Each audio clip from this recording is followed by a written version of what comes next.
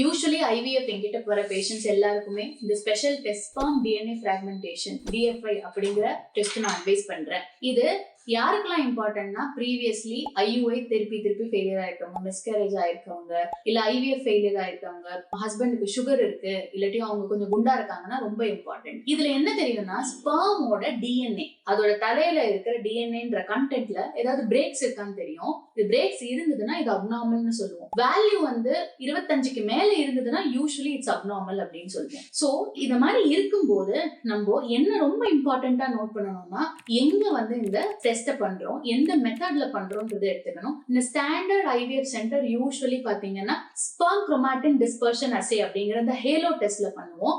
அதை கரெக்டா பண்றது ரொம்ப இம்பார்ட்டன்ட். அப்படி இல்ல அப்படின்னா அதை விட advance test, that is SCSA இல்லாட்டி டனல் அசே, இது எல்லாமே ரொம்ப நல்லா இருக்கும். சப்போஸ் DNA ஃபிராக்மெண்டேஷன் ரொம்ப ஹையா இருந்ததுன்னா ஸ்பெர்மை எப்படி செலக்ட் பண்றோம், அட்வான்ஸ் ஸ்பெர்ம் செலக்ஷன் டெக்னிக்ஸ் ஏதாவது யூஸ் பண்றோமாங்கிறது ரொம்ப இம்பார்ட்டன்ட். இது வந்து பேஷண்டோட ரிசல்ட்ஸ்ல நமக்கு நல்ல டிஃபரன்ஸ் கொடுக்கும்.